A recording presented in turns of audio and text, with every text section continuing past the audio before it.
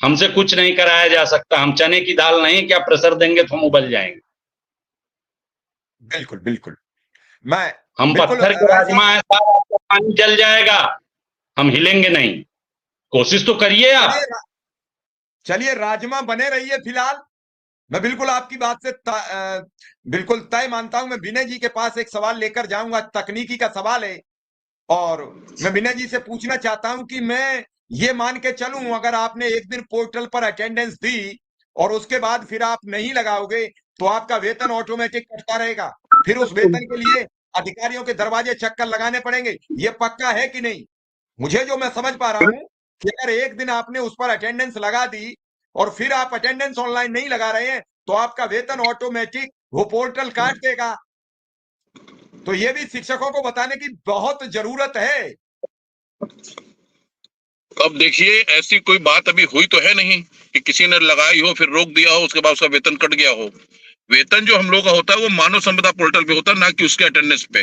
मानव संपदा पोर्टल पे हम लोग हर माह की 23 से लेकर 25 तारीख तक अपने पूरा वेतन लॉक करते हैं। जैसे बार बार कह रहे हैं कि हम वेतन काट देंगे, वेतन काटने का आदेश आप कैसे काट सकते हो? जब मेरे मानव संपदा पोर्टल पर जब हम हर माह हमारा हर हेडमास्टर 23 से 25 तारीख तक वेतन को लॉक करता है, जब वेतन वो अटेंडेंस लॉक करता है, जब अटेंडेंस लॉक हो जाता है सीधे एनआईसी चला जाता है। उन्हें उसके बाद यहाँ से लेखा कार्यालय से लॉक होता है। तो हमारा वेतन तो आप कहाँ से बीच में आप काट दोगे बीच में? कभी कभी हमारा टीचर होता है, जैसे किसी ने हेडमास्टर ने या किसी ने एक दिन की छुट्टी ली और छुट्टी एक्सेप्ट नहीं हुई, अटेंडेंस लॉक कर दी, जब आपने अटेंडेंस लॉक करना 23 से 25 तारीख भूल गए तो सबका वेतन रुक जाता है। पता पोर्टल पे चलता है, ना कि इनके अटेंडेंस वाले पे। तो वो उस दोनों से हमको तो नहीं लगता कि ऐसा कोई स्थिति है। आपने आज जबरदस्ती आज किया, दबवाया, कल टीचर चुपचाप बैठ गया, नहीं करेगा। कहां तक आप उसको पीछे पड़े रहोगे? क्योंकि दोनों अलग अलग चीजें हैं। मानव संपदा पोर्टल अलग है और ऑनलाइन का जो सिस्टम है वो अलग है। ये है मिश्रा जी। नहीं बिल्कुल, मुझे लगा कि कई लोग इस पर कमेंट लिख रहे थे और कह रहे थे कि निश्चित रूप से ऐसा होगा। मनोज राय जी, एक कमेंट आपसे लूंगा, फिर समय हो चुका है और विनय सिंह जी भी कहीं रास्ते में हैं। मनोज राय जी, क्या कहेंगे शिक्षकों से? अब वक्त आ गया है। माइक म्यूट करिए, माइक खोलिए। जी, हम शिक्षकों को कहेंगे कि जैसे आपने ट्विटर अभियान में भाग लिया, महिला शिक्षिकाओं से कहेंगे कि आप आगे रहीं, अग्रणी रहीं। वैसे ही 15 तारीख को जिला मुख्यालयों पर होने वाले प्रदर्शन में 6,30,000 अगर प्रदेश में शिक्षक हैं और 5 लाख से अधिक लोगों ने ट्वीट में हिस्सा लिया, तो उसी तरह जिला मुख्यालय पर 80% से ऊपर की आप उपस्थिति दर्ज कराएं। अगर 100% हो जाए तो दी बेस्ट। और उसी दिन 15 तारीख को ही ये सरकार बैकफुट पर होगी, या तो हमारे शर्तों को मानेगी और व्यवस्था देगी। अभी कुछ शर्तें हम खुलासा नहीं करेंगे, विनय भाई हैं, शाही जी हैं, हमारे शिक्षक हैं। क्योंकि कुछ चीजें होती हैं, हमको लोग कहते हैं कि आप उतावले हैं, बोल देते हैं, तो हमारे प्लान बी भी हैं, प्लान सी भी हैं, संघर्ष के रास्ते हैं सर। अभी उनको बहुत ओपन नहीं किया जा सकता, लेकिन 15 तारीख को जो हम बिगुल फूकेंगे जिला मुख्यालयों पर, उससे हिल जाएगी ये सरकार और पूरा प्रदेश। हम एकदम पूरी। नमस्कार साथियों, स्वागत है आप सभी का आज की इस नई वीडियो में। ये वीडियो आप सभी शिक्षा मित्र साथियों के लिए बेहद ही महत्वपूर्ण होने वाली है। साथियों, इस वीडियो के माध्यम से आप सभी को हाल ही के अंदर की एक महत्वपूर्ण सूचना, दरअसल अगर हम बात करें अस्थायीकरण को लेकर सरकार की वास्तविक जो मंशा है, उस मंशा के ऊपर रिसेंट में ही आपकी कुछ नेतृत्वकर्ताओं के द्वारा कुछ जानकारियां दी गई हैं। वो जानकारियां आगे प्रॉपर तरीके से आपको वीडियो में देंगे। सभी साथी वीडियो को पूरा देखें। चैनल को अभी तक आपने सब्सक्राइब नहीं किया है, सब्सक्राइब भी करने। अब चलते हैं अपडेट पर। तैयारी करके बैठे हैं, आज हमारे सारे संगठन एक साथ हैं, बड़ा अच्छा लगता है। क्यों हम अलग अलग रहे, सभी एक साथ जुड़ गए हैं और बहुत अच्छी संख्या हम जुटाएंगे। अगर आप लाइव करना चाहेंगे तो आप लाइव करिएगा 2 बजे दोपहर में 15 तारीख को। हम आपको आमंत्रित करते हैं। चलिए, हम तो अब तैयार हैं, आपके प्रोग्राम को 2 बजे लाइव करेंगे, निश्चित करेंगे। शिक्षकों के हर काम के लिए हम बड़ी ताकत से उठाते आए हैं और आवाज को मुखर करते आए हैं, और मेरा मानना है कि निश्चित ही शिक्षकों का सम्मान हो, शिक्षकों को समाधान हो, और शिक्षक के साथ तो सम्मान से बात कर लो, शिक्षक सब बात स्वीकार कर लेता है।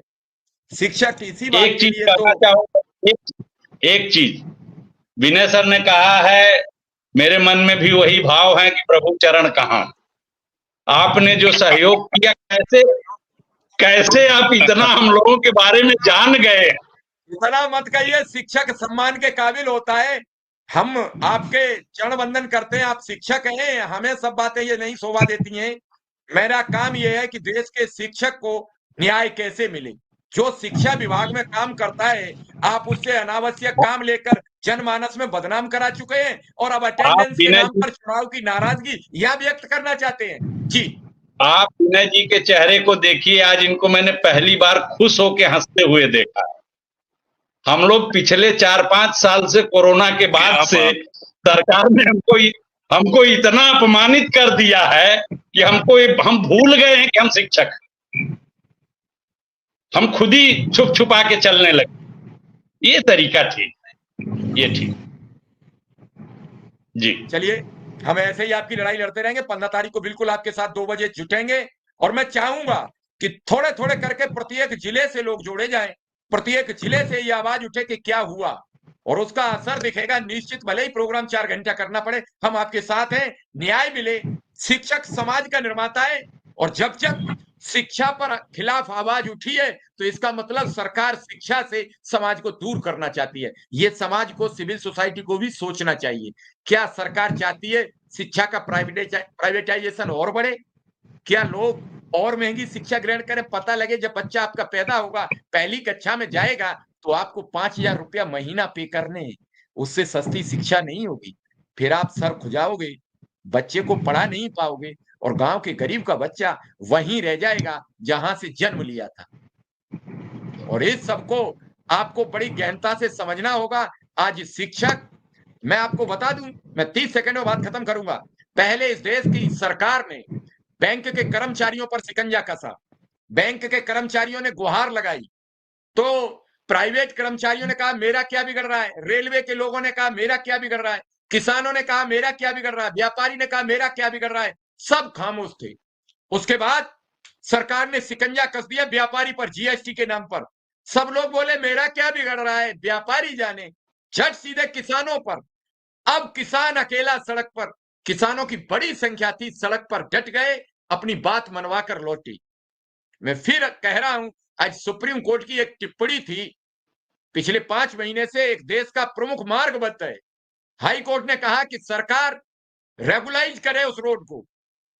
वो सुप्रीम कोर्ट आ गए, तो सुप्रीम कोर्ट ने सवाल किया रोड बनाया क्यों था? जब आपको बंद रखना था, तो हाईवे का निर्माण क्यों किया? पिछले 5 महीने से बंद करके बैठे हो, शर्म नहीं आती? 5 दिन में रोड खोल के आइए, और रोड खुल गया तो किसान दिल्ली आ जाएंगे। अब बताइए, अधिकारों का हनन रोड पर दीवार खड़े करके हो रहा है। इस देश को कहां लाए थे, कहां चले गए?